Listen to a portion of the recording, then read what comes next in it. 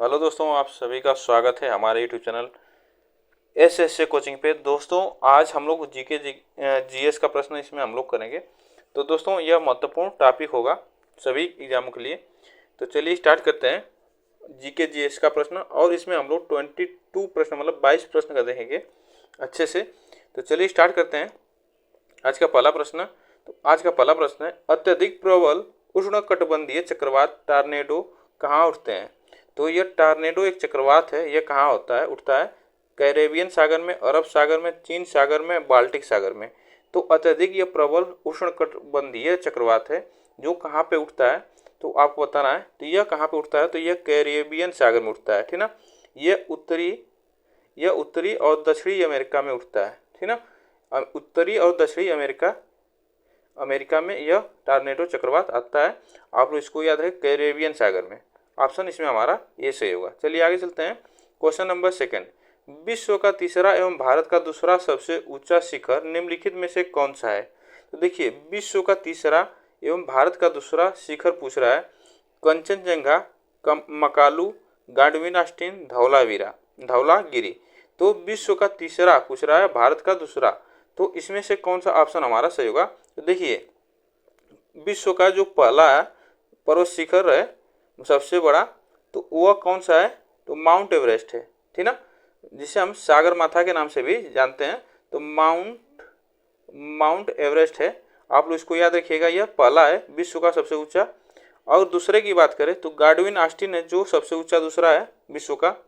और तीसरे की बात किया जाए तो यह है कंचनजंगा, ठीक ना। यह कंचनजंगा ऑप्शन इसमें हमारा विश्व का तीसरा होगा। दूसरा पूछता है तो गाडविन आस्टीन। पहला पूछेगा तो माउंट एवरेस्ट जो कि नेपाल में है। नेपाल में इसे सागर माथा के नाम से माउंट एवरेस्ट को जाना जाता है। और यहाँ पे तीसरा पूछेगा तो कंचनजंगा है। यह विश्व का सबसे तीसरा पर्वत ऊंचा शिखर है। और भारत का यह दूसरा है, ठीक ना। अगर भारत की बात करें तो भारत का यह दूसरा है। अगर पहला भारत का पूछे ऊंचा शिखर तो यह K2 जो गाडविन आस्टीन के नाम से जाना जाता है, यह भारत का पहला होगा। भारत का अगर क्वेश्चन पूछेगा तो गाडविन आस्टीन पहला जो भारत का सबसे ऊंचा पर्वत होगा। विश्व की बात करेगा तो दूसरा होगा यह K2। आप लोग इसको याद रखिएगा। तो इसमें जो ऑप्शन हमारा सही होगा, ये ऑप्शन सही होगा। चलिए आगे चलते हैं। क्वेश्चन नंबर थर्ड, मौसमी घटनाएं वायुमंडल की किस परत में घटित होती हैं। तो मौसमी घटनाएं वायुमंडल की किस परत में घटित होती हैं, वायुमंडल में, समताप मंडल में, क्षोभ मंडल में, आयन मंडल में। तो मौसमी घटनाएं यह किस मंडल में होती हैं, तो आपको बताना है इसमें से कौन सा ऑप्शन हमारा सही होगा। तो मौसमी घटनाएं किस में होती हैं, तो आपको बताना है किस में होती हैं। तो देखिए, मौसमी घटनाएं जो होती हैं यह क्षोभ मंडल में होती हैं, ठीक ना। अब क्षोभ मंडल में होती है जिसमें यह मौसमी घटनाएं होती हैं। और आपसे ये भी पूछ सकता है कि हेलीकॉप्टर जो होता है वह किस मंडल में उड़ता है। तो हेलीकॉप्टर होता है वह किस मंडल में उड़ता है। हेलीकॉप्टर जो होता है वह किस मंडल में उड़ता है, तो वह क्षोभ मंडल में उड़ता है, ठीक ना। अगर यहीं पे जहाज की बात करें जाए तो जहाज किस मंडल में उड़ता है, तो जहाज जो हवाई जहाज है वह किस मंडल में उड़ता है, तो समताप मंडल में उड़ता है। और मौसमी घटनाएं होती हैं क्षोभ मंडल में, और हेलीकॉप्टर भी उड़ता है क्षोभ मंडल में। आप लोग इसको याद रखिएगा। और आपसे ओजोन परत जो पूछेगा तो वह किस मंडल में होता है, ओजोन परत जो होता है आप लोग इसको भी याद रखिएगा। ओजोन जो परत होती है वो समताप मंडल में होती है, ठीक ना। तो यह दोस्तों यह इंपॉर्टेंट पॉइंट है, आप लोग इसको याद रखिएगा। इसमें जो ऑप्शन हमारा सही होगा, सी ऑप्शन सही है। चलिए आगे चलते हैं। क्वेश्चन नंबर 4, रेगिस्तान में मशरूम चट्टान का निर्माण किसका उदाहरण है। तो मशरूम चट्टान का निर्माण किसका उदाहरण है, अपघर्षण का, अपरदन का, अपवाहन का, सन्निघर्षण का। तो रेगिस्तान में क्या होता है कि रेगिस्तान में जो हवाएं चलती हैं, ठीक, तो उसका जो मरुस्थल होता है, तो मरुस्थल से नीचे का भाग जो होता है वह हवा के सहारे वह क्या हो जाता है, अपरदन हो जाता है, कट जाता है। इसमें जो ऑप्शन हमारा सही होगा, मरुस्थल चट्टान जो इसका अपरदन होता है तो यह एक छातेनुमा आकार बन जाता है। इसका कैसा बन जाता है, तो इस मरुस्थल का आकार छातेनुमा हो जाता है, तो यह मशरूम जैसा दिखने लगता है। तो इसके लिए ही इसका मशरूम चट्टान के नाम से इसको जाना जाता है। तो इसका नीचे से क्या होता है, रेगिस्तान अपरदन हो जाता है। अपरदन मतलब उससे नीचे जो बालू होता है, मिट्टी होती है, कट जाती है, तो वह क्या होता है, पत्थर जो होता है कट जाता है, तो इसका अपरदन हो जाता है। तो यह इसी के नाम से इसे मशरूम चट्टान कहा जाता है। तो ऑप्शन इसमें हमारा जो सही होगा बी ऑप्शन सही है। चलिए आगे चलते हैं। क्वेश्चन नंबर 5, ठोस अवस्था से सीधे गैसीय अवस्था में परिवर्तन की प्रक्रिया को क्या कहते हैं? तो ठोस अवस्था से सीधे गैसीय अवस्था में परिवर्तन की प्रक्रिया को क्या कहते हैं? वाष्पीकरण, संघनन, उत्सादन, आसवन। तो देखिए इसमें बहुत से लोग कंफ्यूज हो जाएंगे कि कौन क्या इसमें ऑप्शन हम लगाएं। अगर यही ऑप्शन रहता ऊर्ध्वपातन, ऊर्ध्वपातन रहता तो आप लोग तुरंत लगा देते हैं। यहाँ पे क्या लेते हैं? ऊर्ध्वपातन। लेकिन ठोस अवस्था से सीधे गैसीय अवस्था में परिवर्तन की प्रक्रिया को क्या कहा जाता है? तो इसमें जो ऊर्ध्वपातन तो है नहीं, तो क्या लगाएंगे? तो हम लगाएंगे उत्सादन। उससे हम कहते हैं, क्या कहते हैं? ऊर्ध्वपातन को ही हम उत्सादन कहते हैं। तो ऑप्शन हमारा इसमें सी सही होगा। आगे चलते हैं। क्वेश्चन नंबर 6, हरित गृह प्रवाह मुख्यतः किसके कारण होता है?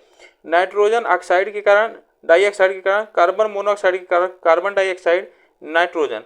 तो हरित गृह प्रभाव जो होता है, जो गर्मी होती है वायुमंडल में, वह किसके कारण होता है यह आपको बताना है। तो इसमें से कौन सा हमारा ऑप्शन सही होगा? तो हरित गृह प्रवाह जो यह किससे होता है? सबसे ज़्यादा प्रमुख यह प्रभाव डालता है तो यह कार्बन डाइऑक्साइड है जो यह हरित गृह प्रभाव डालता है। ऑप्शन इसमें हमारा जो सही होगा सी ऑप्शन सही है। आगे चलते हैं। क्वेश्चन नंबर 7, कांच से गुजरने पर प्रकाश के किस रंग की चाल सबसे कम होती है? तो कांच से गुजरने पर प्रकाश के किस रंग की चाल सबसे कम होती है? लाल रंग की, बैंगनी रंग की, हरा रंग की, पीला रंग की। तो कांच से गुजरने से जो प्रकाश होता है, उसमें जो प्रकाश होता है उसमें रंग जो होता है उस किस रंग की चाल कम हो जाती है? तो आपको बताना है इसमें कौन सा ऑप्शन हमारा सही होगा। तो वह होती है बैंगनी किरण। बैंगनी किरण की क्या होती है? चाल जो कांच से गुजरने पर कम हो जाती है। आगे चलते हैं। क्वेश्चन नंबर 8, स्कर्वी रोग किस विटामिन की कमी के कारण होता है? तो स्कर्वी रोग जो है यह किस विटामिन के कारण होता है? आप लोग बताइए। देखिए विटामिन ए की कमी से क्या होता है? रतौंधी होता है। क्या होता है? रतौंधी होता है। आप लोग इसको याद रखिएगा। विटामिन ए की कमी से रतौंधी होता है। विटामिन के की कमी से क्या होता है? रक्त का थक्का नहीं बनता है। रक्त का थक्का नहीं बनता है। आप लोग इसको याद रखिएगा। और विटामिन डी की कमी से क्या होता है? रिकेट्स होता है। रिकेट्स क्या होता है? रिकेट्स होता है जिससे हड्डियां कमजोर हो जाती हैं। इसकी कमी से क्या होते हैं? इसमें कैल्शियम की मात्रा पाई जाती है। तो क्या होती है इसमें?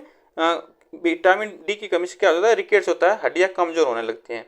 और स्कर्वी रोग होता है विटामिन सी की कमी से। तो यही ऑप्शन हमारा सी सही होगा। आगे चलते हैं। क्वेश्चन नंबर 9, भोपाल गैस त्रासदी के लिए उत्तरदायी प्रमुख कौन सा है? तो भोपाल गैस त्रासदी के लिए यह प्रमुख उत्तरदायी कौन सा है? Methyl isocyanate, bromine, chlorofluorocarbon, chlorine. तो भोपाल गैस त्रासदी हुई थी, आपको बताना है इसमें से किस गैस से हुई थी? तो देखिए यह हुई थी किससे? यह हुई थी मिथाइल आइसोसाइनेट से हुई थी। मिथाइल आइसोसाइनेट से हुई थी। आप लोग इसको याद रखिएगा। यह किससे हुई थी? मिथाइल आइसोसाइनेट से हुई थी। आप लोग इसको याद रखिएगा। और कब हुई थी ये भी आप लोग बताइएगा। तो भोपाल गैस त्रासदी कब हुई थी? आप लोग ये भी जान लीजिए। यह 2-3 क्या है कि यह 2-3 दिसंबर 2-3 दिसंबर के रात को 1984 में यह घटना हुई थी। 2-3 दिसंबर के रात में यह 1984 में यह घटना हुई थी, भोपाल गैस त्रासदी। इससे गैस के रिसाव के कारण यह घटना हुई थी। जो कौन सी गैस थी? मिथाइल आइसोसाइनेट थी। ठीक ना? तो यह घटना हुई थी। आप लोग इसको याद रखिएगा। ऑप्शन इसमें हमारा ये सही होगा। आगे चलते हैं। क्वेश्चन नंबर 10, असहयोग आंदोलन कब वापस लिया गया था? तो असहयोग आंदोलन कब वापस लिया गया था आपको बताना है। तो यह इसमें से कौन सा ऑप्शन हमारा सही होगा? तो फरवरी 1922 में, मार्च 1926 में, मई 1929 में, सितंबर 1925 में।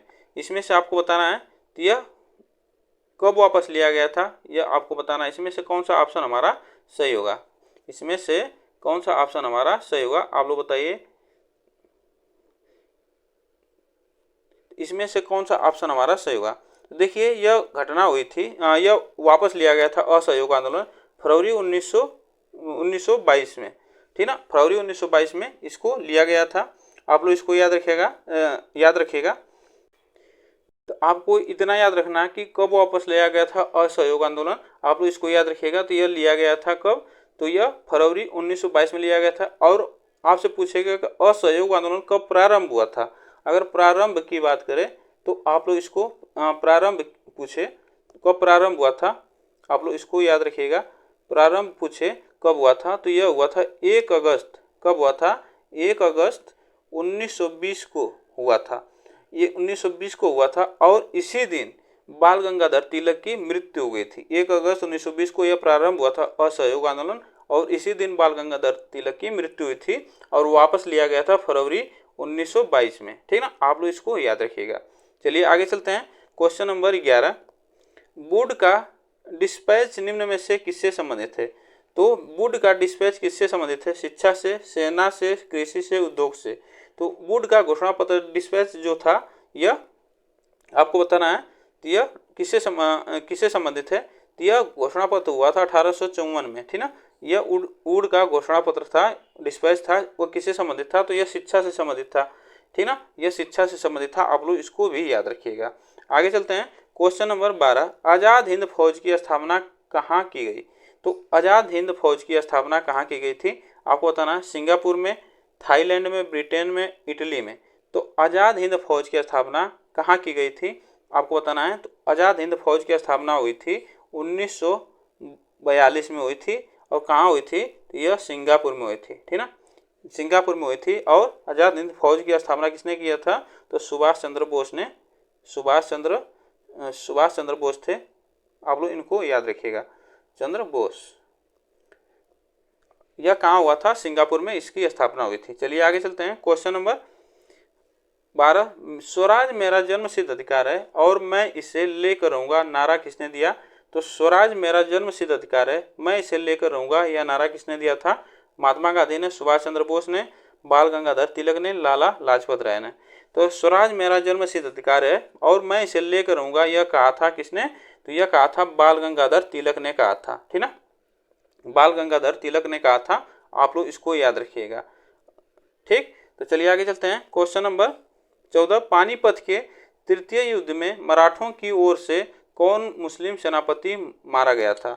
यहाँ पे मारा गया था, आपको बताना है। तो कौन मुस्लिम सेनापति था जो मारा गया था, इब्राहिम खां गर्दी, इब्राहिम लोदी, निजाम उल मुल्क और इनमें से कोई नहीं। तो कौन मुस्लिम था जो सेनापति था जो मारा गया था पानीपत के तृतीय युद्ध में। तो इसमें आपको बताना है इसमें से कौन सा ऑप्शन सही होगा।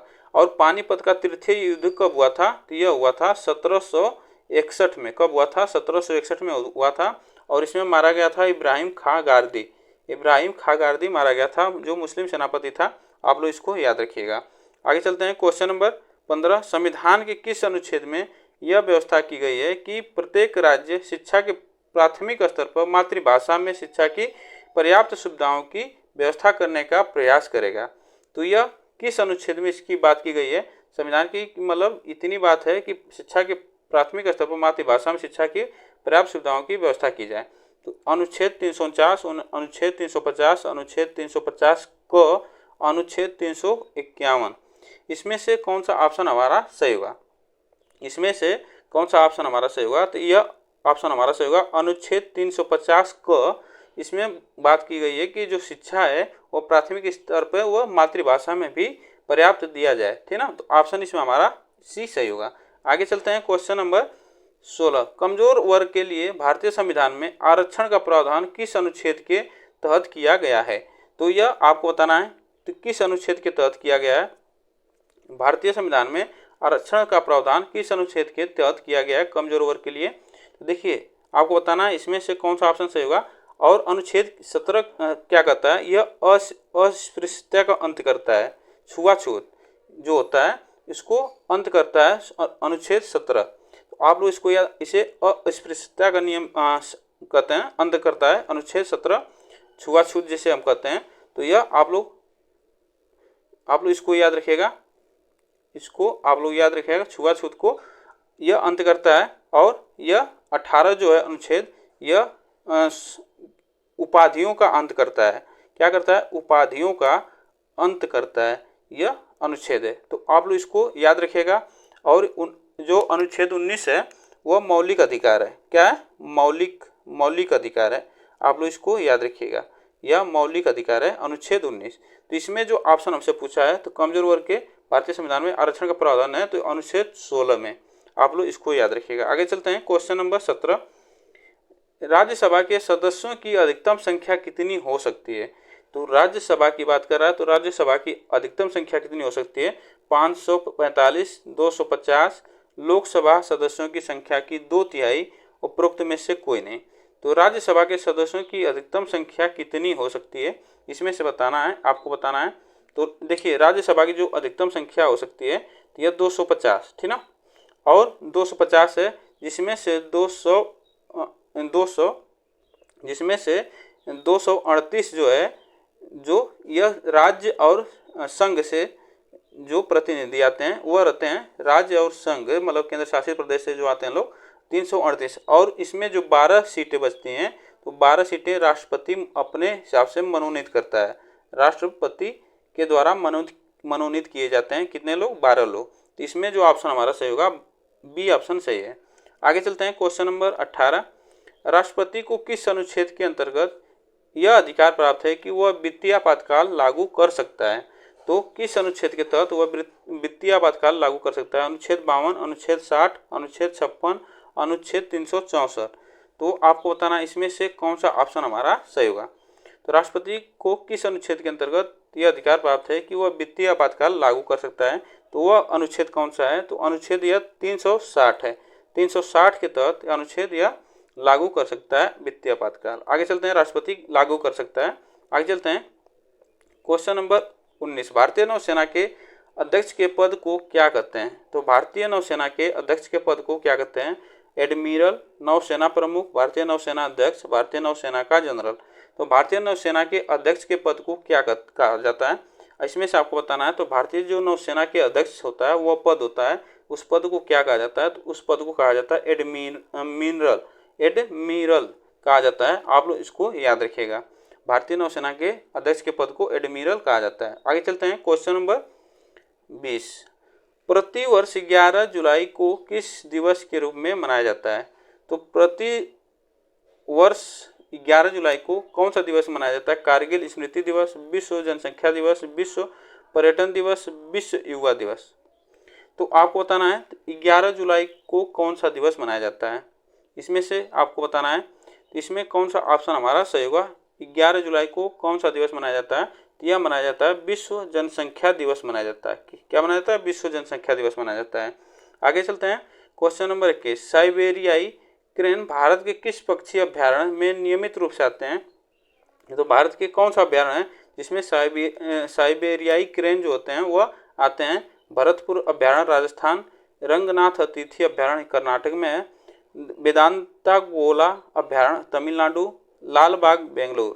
तो इसमें से आपको बताना है। तो साइबेरियन क्रेन जो है वह पक्षी अभ्यारण्य में किस अभ्यारण्य में आते हैं? पक्षी अभ्यारण्य में। तो यह आते हैं किसमें? भरतपुर अभ्यारण्य, ठीक ना, भरतपुर अभ्यारण्य है। आप लोग इसको याद रखिएगा, यह कहाँ पे? राजस्थान में है। आप लोग इसको भी जानते रहिएगा।